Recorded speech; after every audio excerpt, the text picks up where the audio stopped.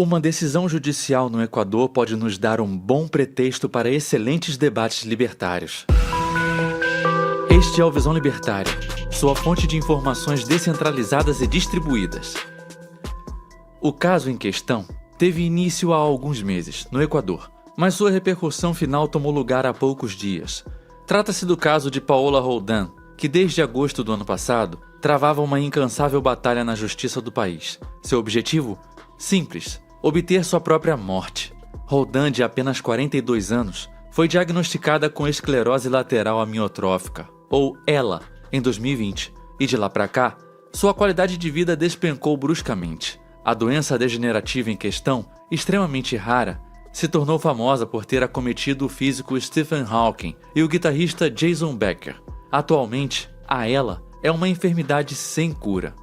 Desde seu diagnóstico, há pouco mais de 3 anos, Roldan perdeu 95% de sua capacidade motora. Hoje, a equatoriana precisa de assistência hospitalar em tempo integral. Vive ligada a aparelhos, não consegue sequer engolir alimentos e se engasga com frequência. Nos últimos anos, sua situação se deteriorou ainda mais, e ela chegou a receber a unção dos enfermos em diversas oportunidades. E sim, esse detalhe vai ser importante já já. Em função de seu estado de saúde, Paola Roldan acionou a justiça equatoriana, buscando autorização para realizar sua própria eutanásia, tendo para isso o apoio de seu esposo e de seu filho pequeno. Decorridos 5 meses de intensa batalha jurídica, a Corte Constitucional do Equador, que é o STF de lá, declarou inconstitucional o dispositivo legal que proibia até então a eutanásia no país. Agora, portanto, Roldan poderá atingir seu objetivo, colocando fim ao seu sofrimento incalculável. De início, precisamos frisar que a Corte Equatoriana fez exatamente aquilo que o STF brasileiro sempre faz: legislou sobre o tema. A lei do Equador determinava algo específico, no caso, o artigo 144 do Código Penal Integral, que indicava que o auxílio à eutanásia seria equiparável ao homicídio simples, com uma pena de 10 a 13 anos para o culpado. Porém, a Corte do Equador passou com um trator por cima do que o Legislativo havia decidido, determinando que, a partir de agora, a eutanásia não será mais criminalizada em território equatoriano. Além disso, brincando de Alexandre de Moraes, a Corte em questão determinou também que o Ministério da Saúde e a Assembleia Nacional devem providenciar normas que sejam mais adequadas a essa decisão. De qualquer forma, a equipe jurídica de Paola Roldan tratou a decisão como um marco na história do Equador. Além de ser um marco na vida pessoal da equatoriana, é claro. Roldan afirmou, abre aspas, vivi uma vida plena e sei que a única coisa que mereço é uma morte digna, fecha aspas. Ainda não se sabem detalhes do que ela fará a partir de agora, nem se sua eventual eutanásia receberá algum tipo de publicidade. Posto o caso, vamos às nossas considerações. Em primeiro lugar, é preciso frisar que, do ponto de vista da ação do Estado, toda essa história é injustificável, e isso desde a concepção das leis estatais. Não há o que se questionar aqui. O Estado não possui absolutamente o direito de tomar esse tipo de decisão por ninguém, e, infelizmente, a tendência é que a eutanásia, tida num primeiro momento como um direito, se torne uma obrigação para os cidadãos. Afinal de contas, e acredite ou não, alguns governos já consideram no direito de eutanasiar pessoas doentes, por meio de decisões judiciais. Duvida? Pois veja esse nosso vídeo. Justiça britânica condena bebê à morte contra a vontade dos pais. O link está na descrição. Esclarecido o aspecto antiético da ação estatal, vamos falar do ponto de vista moral. Aqui, como sempre, uma mesma ação pode ser tida como certa ou errada, a depender da base moral em questão. A eutanásia é um tema bastante delicado, por lidar com uma série de fatores e que, portanto, levanta todo um conjunto de objeções. Temos desde posicionamentos puristas, religiosos, até mesmo declarações que relativizam a vida humana, coisa que costuma acontecer com frequência do lado progressista dessa história. Vejamos o caso que motivou este vídeo. Vamos supor que Paola Roldan seja católica, uma vez que ela afirma ter recebido a extrema unção. Pois bem, o que diz a Igreja Católica a respeito da eutanásia? Bem, o catecismo da Igreja não deixa nenhuma dúvida a esse respeito. A eutanásia voluntária, quaisquer que sejam as formas e os motivos, é um homicídio. É gravemente contrária à dignidade da pessoa humana e ao respeito pelo Deus vivo, seu Criador. Ainda assim, trata-se de uma abordagem moral sobre essa história. E como libertários, defendemos o ponto de que a moral não deve ser imposta às pessoas contra a sua vontade. Depois de colocados esses argumentos, chegamos à nossa querida ética libertária. O que diz, portanto, o libertarianismo a respeito desse tema? Bem, vamos deixar o Coliseu aberto para vocês, amigos libertários, porque há muito que se discutir sobre esse tema. É quase como se fosse uma discussão sobre o aborto. Ok, não preciso exagerar, mas você entendeu a ideia. Pois então, vamos partir de alguns pressupostos básicos. A quem pertence a vida humana? A vida humana pertence ao próprio indivíduo, que é natural detentor de seu corpo e que pode dele dispor como bem entender, desde que isso não fira a propriedade privada de outras pessoas. E se entendermos a vida como a manutenção das funções vitais de um corpo, isso significa, por definição, que a vida está estritamente atrelada ao corpo e que, portanto, é propriedade privada daquele indivíduo.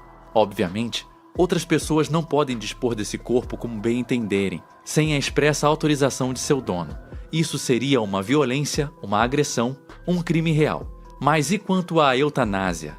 Ela é diferente do suicídio, porque nesse caso, ninguém poderia ser responsabilizado pela morte de um indivíduo porque o próprio indivíduo age contra seu próprio corpo. Porém, a eutanásia, também chamada de suicídio assistido, é uma solicitação feita a terceiros para que uma vida humana seja tirada. Geralmente, esse pedido é feito por quem não tem condições ou coragem de tirar a própria vida e que, portanto, resolve terceirizar essa função. Pois bem, isso seria válido numa sociedade libertária? A verdade é que existem dois posicionamentos a esse respeito. O primeiro deles é, digamos, mais Rothbardiano. A coisa seria bastante simples. O corpo é seu e você faz o que quiser com ele. Afinal de contas, tudo no Ancapistão é contratual. Você determina que quer ser morto pelo carrasco X, pelo meio Y, em função de uma doença Z. E está tudo resolvido. Não há problema ético algum envolvido nessa história. E sim, quem pratica a eutanásia é um carrasco. Sem eufemismos aqui, ok? Porém, outro entendimento trata essa situação de forma semelhante ao entendimento libertário sobre a questão da escravidão. Ok, ter escravos é algo completamente antiético, mas um indivíduo poderia voluntariamente se submeter à escravidão? E a resposta para essa pergunta é não. O grande problema aqui é que todo contrato, seja ele escrito, verbal ou tácito, deve pressupor uma cláusula de saída, uma vez que ninguém pode ser obrigado a se manter em determinadas condições de forma indefinida. Só que num hipotético contrato de escravidão, o escravo, por definição, não pode escolher sair dessa condição. Do contrário, estaríamos falando de um trabalho voluntário. Em termos mais filosóficos, podemos dizer que o indivíduo não pode assinar um contrato comprometendo sua vontade futura. Logo, um contrato nesses termos é nulo de pleno direito. Mas o que isso tem a ver com a eutanásia? Como dito anteriormente, um indivíduo poderia pactuar a sua morte assistida por meio de um contrato estabelecendo aí todas as condições que julgar pertinentes. Agora, imagine que as condições estabelecidas indiquem que determinado indivíduo precisará ser eutanasiado se ficar X dias inconsciente. Isso é um tipo de cláusula que deve ser atendida de forma automática pelo carrasco, sem nova anuência do doente, porque este estará inconsciente para consentir com o fim de sua vida. Se a vontade do doente, quando da execução por parte do carrasco, ainda for morrer, então o carrasco não terá cometido crime algum. Tudo será feito conforme o contrato original. Mas e se a vontade do doente mudou, sendo que ele agora só não é capaz de manifestar seu novo desejo? Bem, então o contrato original se tornou inválido, por não conceder uma cláusula de saída para o doente. E o carrasco, por consequência, se tornou um homicida. Com base nessa interpretação, então, a eutanásia nunca poderia ser eticamente válida, uma vez que um indivíduo pode mudar de ideia durante a execução de sua morte, sem ter garantido o direito de desistir do contrato original. Eu sei, o assunto é bastante complexo, mas vida e morte também são temas complexos. Fazer o quê, não é mesmo? Se você quiser mergulhar ainda mais nesse assunto, e se quiser uma abordagem mais detalhada sobre o tema, e principalmente, se tiver estômago forte, recomendamos o vídeo Qual o crime do canibal de Rotemburgo, no canal Ancapsu Classic. Link na descrição. Acredite em mim, esse vídeo vai te dar uma boa noção a respeito dos aspectos libertários envolvidos nessa história. Como conclusão, precisamos lembrar novamente que o Estado é um ente antiético e ilegítimo. O que a corte equatoriana fez foi legislar, coisa que não é de sua competência, sobre a vida de milhões de pessoas, coisa que é inaceitável dentro da ética libertária. Mas e no Ancapistão? Como que o caso de Paola Roldan se resolveria? Conforme demonstramos, mesmo dentro do libertarianismo, não existe uma opinião 100% consensual a esse respeito. Por isso, colabore com esse interessante debate e deixe nos comentários a sua opinião. Obrigado por sua audiência. Esse artigo foi escrito por Quinta Essência, revisado por historiador libertário, produzido e narrado por mim, Leafar do Leafar Verso. Escreva artigos você também. Acesse visãolibertaria.com. Se você gostou do vídeo, compartilhe em suas redes sociais.